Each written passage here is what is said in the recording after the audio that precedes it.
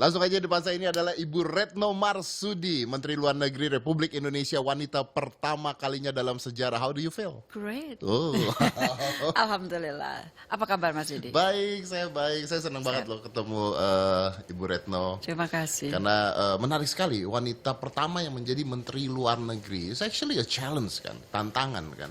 Iya, tapi kan saya diuntungkan Mas Dedi karena saya tidak pernah mengenal pekerjaan lain selain menjadi diplomat. Selain menjadi diplomat. Jadi aku kan karir diplomat Yeah, I know. dari sejak 86 masuk ke Kemlu sampai sekarang ya pekerjaanku cuma satu. Ya, jadi artinya sebagai sebuah pekerjaan is really good karena naik terus Ya sebenarnya. alhamdulillah. Ya, Alhamdulillah. ya, bagus. Tapi saya tadi baru ngobrol bahwa beliau ini dapat banyak sekali penghargaan dari mana aja, Bu? Dari Norway, dari Belanda, Belanda. kemudian dari Peru, dari UN juga dapat, UN. terus yang paling terakhir itu dari Afghanistan, Yang diberikan dari oleh Presiden Afghanistan, Presiden Afghanistan. Ghani. Jadi itu apa sih ya, refleksi apresiasi terhadap peran Indonesia untuk perdamaian Afghanistan, terutama untuk pemberdayaan perempuan. Pemberdayaan perempuan. Oh, you must be proud. So, however, menjadi Menteri Luar Negeri, wanita pertama di Indonesia tiba-tiba kena COVID-19. Bukan ibunya, dunianya kena Dunia ya, COVID-19. dunia. Nah, ini kan tantangan, Bu. Anda Banget. tidak mengharapkan, tidak pernah berpikir membayangkan. membayangkan Tidak pernah ini membayangkan, to be more terjadi, exact, toh? ya. Ya kan? So, how you handle this? Jadi kita tidak pernah membayangkan bahwa kita memang harus menjalani hidup tantangan baru seperti ini. Apalagi kalau untuk profesi saya sebagai diplomat, sebagai Menteri Luar Negeri. Traveling, meeting people, negotiating God. is langsung begini kan. Itu tiba-tiba semua berhenti dan kita harus mencari cara yang baru yang ternyata memang tidak semuanya bisa dilakukan secara virtual karena kalau kita negosiasi kan kalau virtual kan I'm very agree dengan hal tersebut. susah. Walaupun semua orang sekarang mengatakan, oh kita bisa kok meeting pakai Zoom, meeting pakai apa.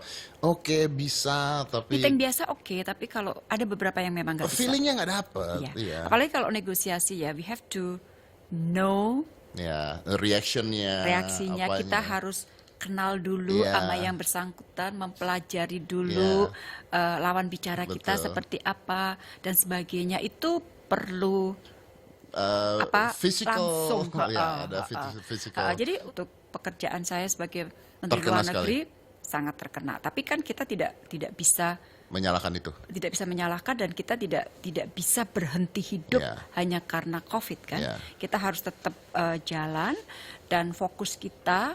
Ini aku nggak ditanya tapi aku mau jawab. Oh iya. Fokus dari politik luar negeri kita ya memang harus kita adjust.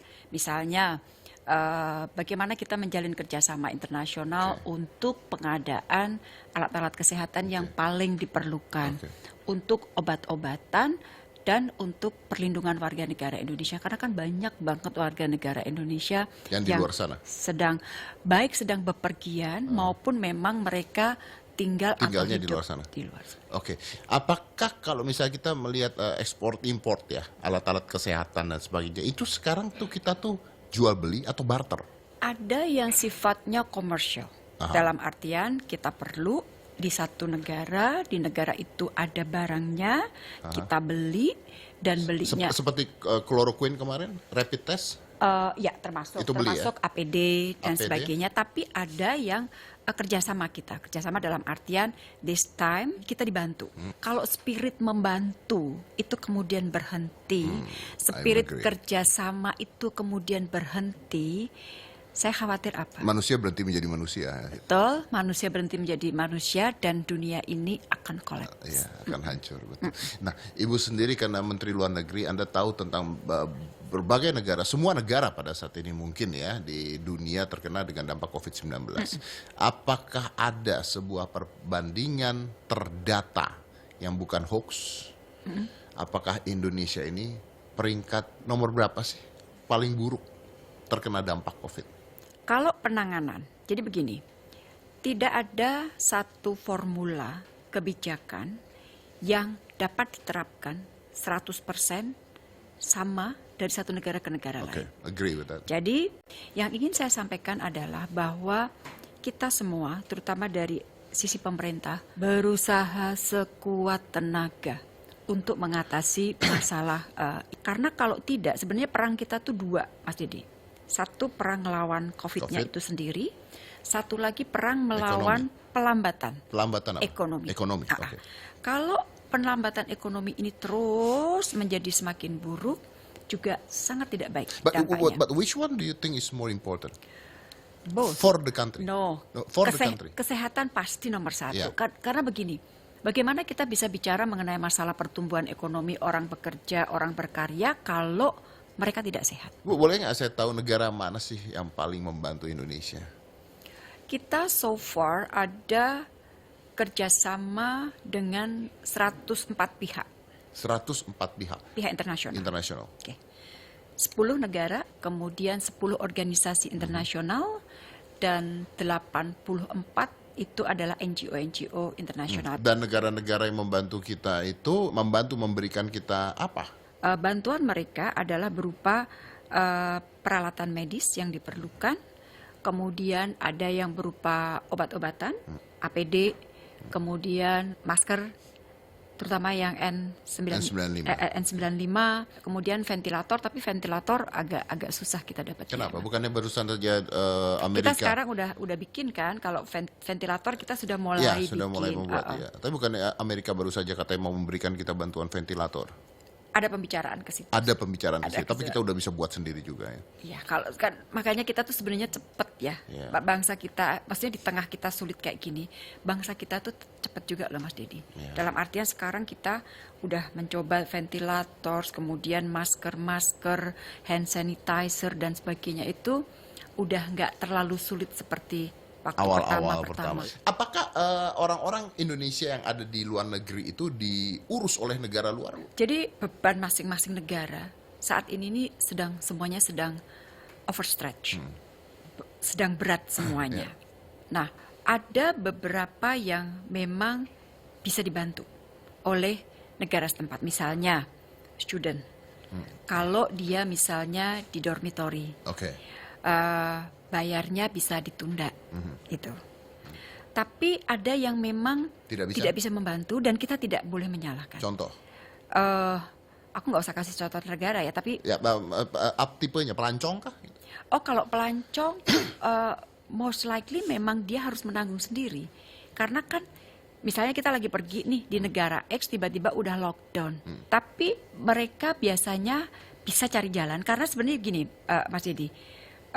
Aku terakhir kasusnya adalah membantu salah satu warga negara kita di suatu negara yang lockdown, padahal dari titik bandaranya ke tempat kita masih ada penerbangan yang bisa dipakai. Nah, cuman dia bilang, Bu, tapi kan saya nggak bisa gerak. Kita kemudian bicara dengan Kementerian Luar Negerinya. Ini ada warga negaraku yang dia udah nggak bisa, dia harus pulang. Boleh nggak dari titik dia berada sampai di bandara, biarlah kami yang mengangkut. Maka teman-teman dari KBRI yang kemudian menjemputnya, dibawa ke bandara, terus dia pulang, dia sampai ke Indonesia. Jadi memang tidak ada teorinya ya, harus apa. Karena situasinya semuanya beda dan masing-masing itu harus direspon sesuai dengan situasi Jadi setempat. seperti tiba-tiba masuk ke sebuah negara dan perang. Tidak ada teorinya mau ngapain lagi. Tidak ada teori, karena misalnya warga negara kita yang di Malaysia, jumlahnya kan banyak banget, jutaan kan. Terus sebagian dari saudara-saudara kita itu kerjanya kerja harian. Kemudian dari sejak 18 Maret, Malaysia itu memberlakukan apa yang dinamakan Movement Control Order, MCO, yang berarti hampir samalah sama lockdown. Berarti pekerjaan dia hilang dong. Dia bilang, Bu, saya udah nggak ada duit. Kita bantu sembako. Nah, per hari ini itu sudah lebih dari 400.000 sembako yang kita bagikan untuk warga negara kita yang paling terdampak ya. Aku ingin garis bawahi yang paling terdampak. Yang hidup di Malaysia. Dan nggak mudah sebenarnya Mas Dedi untuk mengadakan sembako dalam jumlah sekian Di luar negeri banyak di luar negeri, akses untuk mendapatkan sembako itu juga susah, kemudian harus ngedrop, tetapi itu harus kita lakukan untuk membantu warga negara kita. Apakah ini yang tadi Ibu katakan bahwa ini adalah kategori-kategori yang tidak ditolong oleh negara lain? Iya. Kecuali kalau orang sekolah ada dompetnya dan sebagainya. Mungkin mereka bisa. dapat sesuatu. bantuan sana sini. Ini kita ya, belum tapi menghitung imigran gelap ya. itu buat mata kami itu nggak ada Perbedaan. bedanya. Karena pada saat dia statusnya adalah warga negara Indonesia, dia memiliki hak untuk dilindungi, kami memiliki kewajiban untuk melindungi. Jadi sekali lagi totalnya itu 354.606 paket yang sudah terbagi per kemarin di Malaysia saja. Itu bukan di dunia ya Bu ya? Bukan, di dunia itu per region ya, misalnya di Eropa itu sekitar 3.500, kemudian di di Asia Pasifik kita udah membagi sekitar 5.200 sekian dan sebagainya. Jadi sekali lagi bantuannya itu akan sangat tergantung dari situasi. Dari situasi, oke Bu. Jujur sama saya Bu, berat tidak untuk pemerintah? Berat, tapi harus dilakukan. Harus dilakukan. Nggak ada opsi lain untuk tidak melakukan. Tapi yang penting Mas Dedi, kita harus bersatu. Kita harus bersatu dan kita harus lawan ini COVID, dan kita bergerak, mudah-mudahan pelambatan ekonomi itu tidak semakin dalam, kita bisa bangkit bersama. Oke lah, kita cuma bisa ya kita doa, kita usaha juga, ikhtiar juga. Kita nggak pernah tahu ini. This is what interesting about this, karena kita tidak pernah tahu kapan ini akan berakhir. Kita tidak pernah tahu pencegahan yang paling baik gimana. Karena menurut saya semuanya juga berubah. Apa yang kita katakan sekarang bisa berubah besok. That's the problem gitu loh. Ini. Apalagi kalau mutasi dari virusnya itu cepat kita nggak tahu. Mungkin sekarang nggak nyerang yang muda, mungkin besok bisa. We never know about this. Jadi ya udah berdoa dan berikhtiar. Mudah-mudahan segera selesai pandeminya Bu. Mudah-mudahan. Amin. So anyway, saya dengar katanya Ibu ini baru saja menurunkan berat badan 16 kilo. Selama 1 tahun. 1 tahun dengan cara. Jadi pertama merubah lifestyle ya Mas ya. Jadi aku nggak makan karbo, aku nggak makan minyak, aku nggak makan gula, dan aku makan low fat. Oke, artinya itu tidak makan karbo, tidak makan gula, terus ya? Terus ya. Karena kalau diet itu seolah-olah ada sesuatu yang dengan terpaksa harus dilakukan. Terus nanti pada saat katakanlah kita nimbang udah turun cukup baik, terus kemudian naik lagi. Tapi kalau lifestyle ya udah, ini memang. Akhirnya jadi binging terus makan ketika itu bukan lifestyle. Dan ini yang menarik nih, kebetulan lagi pada puasa juga begini ya, bahwa sebenarnya fat sama gula itu lebih bahaya gula dibandingkan fat. Karena fat itu zaman dulu sebenarnya.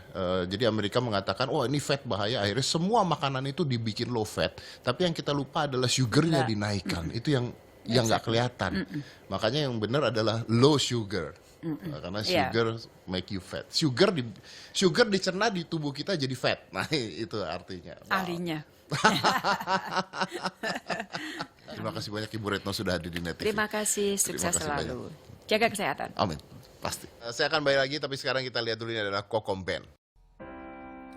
Oke, Slengker, mana suaranya Slengker? Thank you. Lagu ini buat Slengker. Ku tak bisa. Take my photo to one event, just one thing for you. 'Cause all the love has gone away, and there's nothing there for you to prove. Gua mau nyanyi ku tak bisa gua. Maaf Pak. Mau nyanyi apa sih? Mau nyanyi ku tak bisa. Iya silakan. Jangan ngeledek-ledekin gua dong. Lu jangan gangguin orang mau nyanyi. Ini kakak. Gila kali. Maaf kak. Sorry Kak. Ku tak bisa buat Slengker. Waktu terus berlalu tanpa ku sadari yang ada hanya aku dan kenangan. Masih teringat jelas senyum terakhir yang kau beri untukku. Aduh, jangan ngeplak dong kak. Gua gak mukul, enggak. Oh, Lo nggak fitnah mukul. lo, fitnah. Iya, iya, iya. Gua gak mukul. Mau nyanyi lagu apaan sih? Gua mau nyanyi ku tak bisa, lu gangguin terus gila. Ya udah tahu nggak bisa, Hah? ngapain nyanyi? Bukan judulnya yang ku tak bisa. Selengkar mana dong suaranya, tepuk tangan buat kakak. Wah, masih ada yang berantem, masih ada yang berantem. Gua gak mau. Gua gak mau nyanyi kalau ada Tolong, berantem. tolong dong benderanya turunin, tolong benderanya turunin. Bukan di situ, bukan di situ, di film India no pada berantem. Kirain di sini. Inspektur Vijay. Iya. Ini kakak siapa sih? Nyanyi. Pernah berpikir untuk pergi, untuk harus tinggalkan kau sendiri. Sempat ingin sudahi sampai di sini. Coba lari dari kenyataan, tapi ku tak bisa. Slow, sungguh slow, sangat slow, tetap slow, santai, santai, jodoh gak akan kemana. Oh, karena ku slow, sungguh slow, sangat slow, tetap slow, santai bro. Ah, gitu dong. Yakin Tuhan berikan. Oh, gak doa, Kasih jangan kau pergi. Coba. Ku tak bisa slow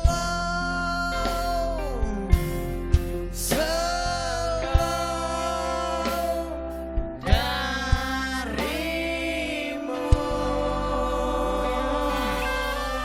Tadi kita udah dengar bahwa memang ini adalah kasus yang menyeluruh dunia, makanya disebut dengan pandemi, di mana dunia semuanya merasakan. Oleh karena itu semuanya bersatu untuk melawan satu musuh yang tidak terlihat. Ini sebenarnya ada hal baik, yaitu di mana satu dunia sekarang bersatu. Ini jarang sekali loh, satu dunia bersatu untuk melawan musuh yang sama. Nah, akhirnya adalah seruan-seruan yang terjadi di mana-mana, persatuan-persatuan bukan hanya di Indonesia tapi di dunia untuk menyatakan melawan virus corona, untuk menyatakan bahwa mereka harus tetap memiliki hope yang kuat, termasuk kita semua, Anda juga, saya juga, semuanya yang ada di dunia ini melawan virus corona. Nah, depan saya ini ada Pak Onggi Hianata, seorang entrepreneur dan seorang author juga, dan Anda melakukan apa Pak katanya Pak? Melihat bahwa pandemik ini betul-betul membuat banyak orang stres. Ya. Kemudian ditambah lagi khususnya sosial media. Sosial media, betul. Banyak memberikan semacam Stresor juga. Ya, Sama. luar biasa. Betul. Itu sebenarnya itu secara energi tidak bagus Ya, pasti. menurunkan imunitas tubuh kita juga. Sangat. Makanya Anda mengeluarkan sebuah aplikasi atau sebuah apa yang namanya We Are One. Sebenarnya kami bersama teman-teman ngobrol, akhirnya kita dari Indonesia ya ngobrol. Dan kita bilang, ayo kita membuat satu himbauan masyarakat agar berhentilah mengirim berita semacam itu dan berhenti mengkonsumsi. Dan respon kita kontak teman-teman luar negeri, akhirnya responnya positif. Nah, kita mulai membuat semacam slogan gitu. We Are One. We Are One. Yang bertujuan untuk menyebarkan berita baik atau apa? Yang bertujuan agar mereka yang suka mengirim berita-berita buruk itu, termasuk hoax di dalamnya, itu berhentilah. Dan siapapun boleh ikut. Siapapun, sebenarnya ini milik masyarakat. Saat ini sudah mulai menjalar kemana-mana ini. Oke.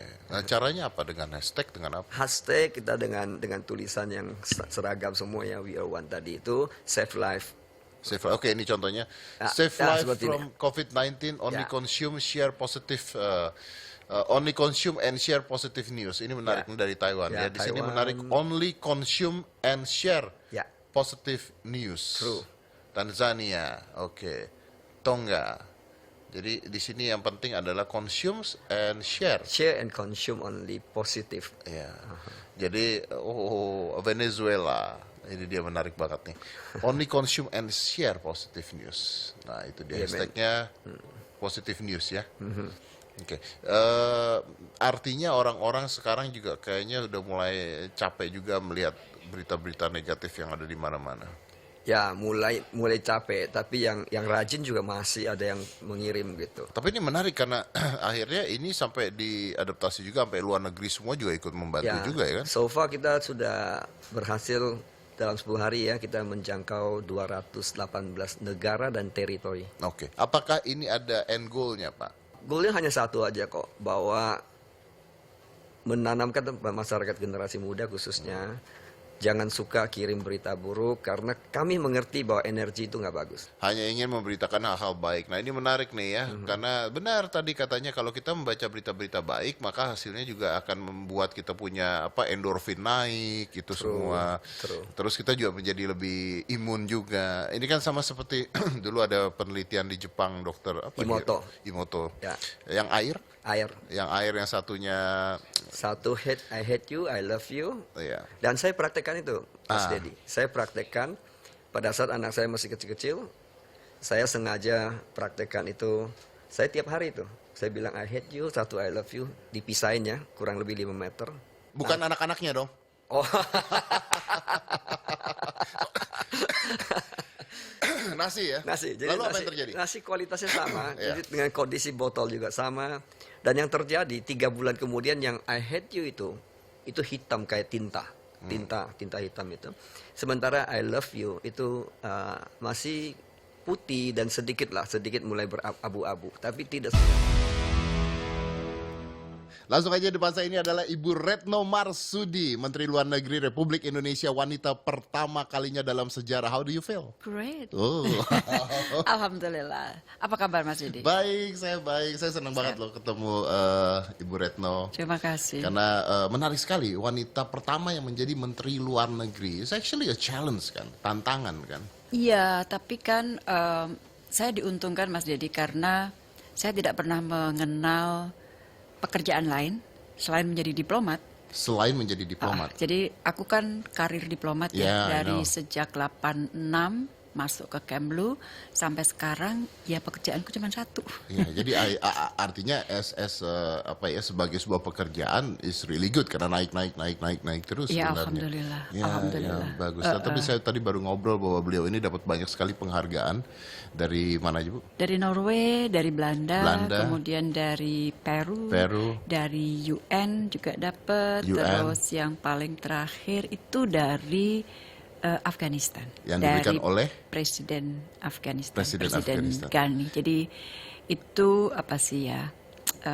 Refleksi apresiasi terhadap peran Indonesia untuk perdamaian Afghanistan, terutama untuk pemberdayaan perempuan. Pemberdayaan perempuan. Perempuan. Oh, you must be proud.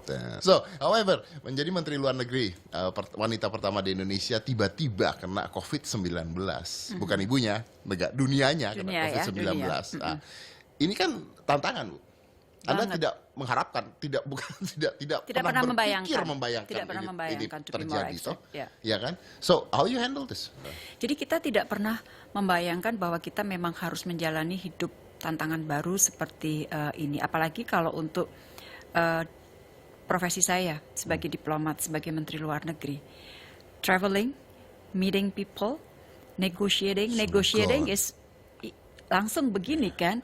Itu tiba-tiba semua berhenti dan kita harus mencari cara yang baru yang ternyata memang tidak semuanya bisa dilakukan secara virtual karena kalau kita negosiasi kan kalau virtual kan I'm very agree dengan hal tersebut. Susah. Walaupun semua orang sekarang mengatakan, oh kita bisa kok meeting pakai Zoom, meeting pakai apa. Oke, bisa, tapi meeting biasa oke, tapi kalau ada beberapa yang memang nggak bisa. feelingnya nggak dapet. Iya. Iya. Apalagi kalau negosiasi ya, we have to know Ya, reaksinya kita harus kenal dulu Iya. sama yang bersangkutan, mempelajari dulu lawan bicara kita Betul. seperti apa dan sebagainya. Itu perlu physical, langsung. ya, ada physical. Jadi untuk pekerjaan saya sebagai Menteri Terkena Luar Negeri sangat terkena. Tapi kan kita tidak bisa menyalahkan itu. menyalahkan dan kita tidak bisa berhenti hidup Yeah. hanya karena COVID kan. Yeah. Kita harus tetap jalan dan fokus kita. Ini aku nggak ditanya tapi aku mau jawab. Oh iya. Fokus dari politik luar negeri kita ya memang harus kita adjust.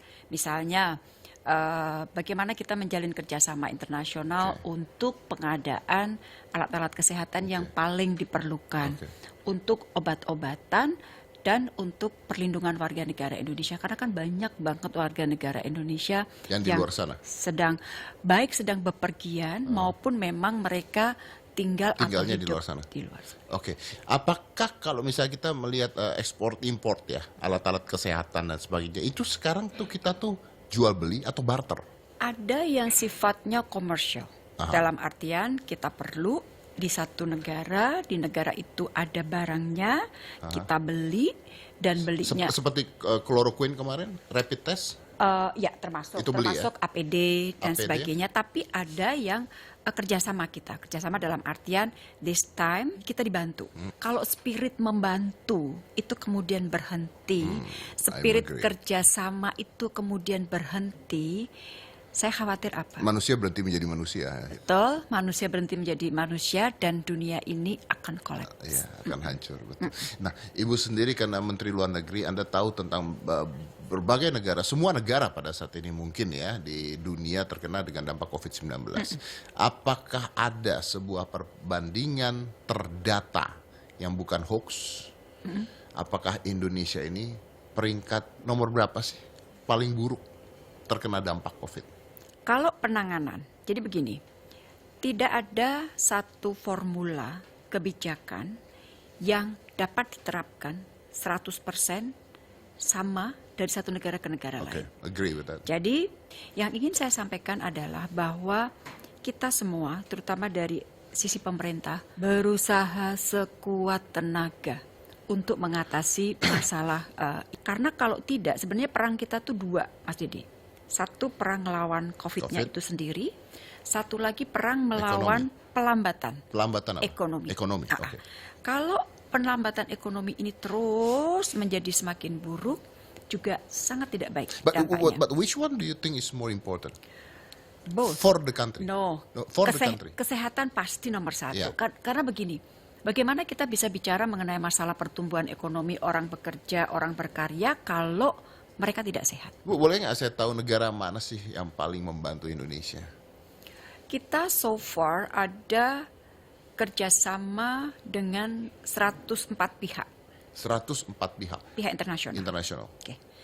10 negara, kemudian 10 organisasi internasional, dan 84 itu adalah NGO internasional. Dan negara-negara yang membantu kita itu membantu memberikan kita apa? Bantuan mereka adalah berupa peralatan medis yang diperlukan, kemudian ada yang berupa obat-obatan, APD, kemudian masker, terutama yang N95, kemudian ventilator, tapi ventilator agak susah kita dapatkan. Kenapa? Bukannya barusan saja Amerika? Kita sekarang udah bikin kan, kalau ventilator kita sudah mulai Ya, bikin. sudah mulai membuat. Ya. Tapi bukannya Amerika baru saja katanya mau memberikan kita bantuan ventilator? Ada pembicaraan ke situ. Ada pembicaraan Ada di situ, tapi kita udah bisa buat sendiri juga ya. Ya, kalau kan makanya kita tuh sebenarnya cepet ya. Iya. Bangsa kita, maksudnya di tengah kita sulit kayak gini, bangsa kita tuh cepet juga loh Mas Dedi. Iya. Dalam artian sekarang kita udah mencoba ventilator, kemudian masker, hand sanitizer dan sebagainya, itu udah nggak terlalu sulit seperti waktu Awal-awal pertama. pertama. Apakah orang-orang Indonesia yang ada di luar negeri itu diurus oleh negara luar? Jadi beban masing-masing negara saat ini semuanya sedang overstretch, sedang berat semuanya. Nah, ada beberapa yang memang bisa dibantu oleh negara setempat, misalnya student. Kalau Tapi I do believe that, karena mungkin gini, memang sulit sekali diterangkan secara klinis ya mungkin ya. Tapi kan kita di dunia kedokteran pun ada yang namanya placebo, di mana orang ke dokter diobatin padahal bukan obat, hanya dikasih gula-gula misalnya atau Ya. vitamin, tapi orang itu lalu sembuh. Banyak penelitian terhadap Betul. itu dan itu benar. Artinya mind over matter, bahwa pikiran kita mempengaruhi tubuh kita, kesehatan kita dan sebagainya. Itu dia makanya kadang-kadang kalau overreact dan ketakutan yang berlebihan terhadap pandemi ini juga akhirnya merugikan buat manusia sebenarnya. Sebenarnya virus ini memang mengerikan lah, virus COVID-19 ini.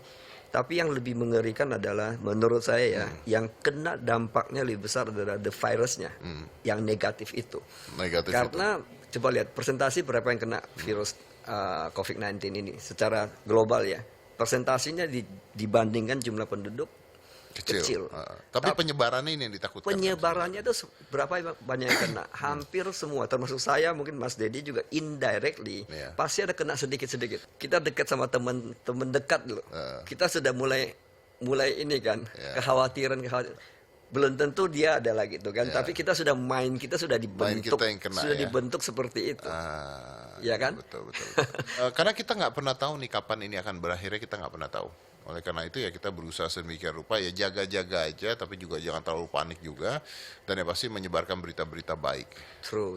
Ya, saya rasa berita baik juga naikin semangat kita, imunitas tubuh kita. Ya dengan semangat lihat orang bersatu aja tadi kan dari Tadi berapa banyak Anda sudah katakan tadi? 218 negara dan 218 teritori. negara. Fotonya? Ya, fotonya kita terkumpul 3.700 karena kita batasi 3.700. waktunya. Sebenarnya masih berdatangan karena sudah kita tutup, untuk videonya kita tutup, iya kan. Dan artinya respon dari masyarakat Cukup bagus. ya. Sebenarnya banyak loh hal positif, kayak yang perempuan-perempuan suka bikin brush challenge, make up, lempar-lemparan dan sebagainya. Ya, jadi tinggal dua nih, kreativitas kita jadi kreativitas yang negatif atau kreativitas kita berubah menjadi kreativitas yang positif. Setuju. Iya. Setuju. Dan mudah-mudahan kita belajar ya untuk menciptakan kreativitas yang positif. True. Agree. Oke, jadi ya yuk kita share berita-berita positif. Terima kasih banyak udah hadir di Net. Saya akan break dulu dan kita akan lanjut lagi setelah yang satu ini, Jendela Ramadan Indonesia.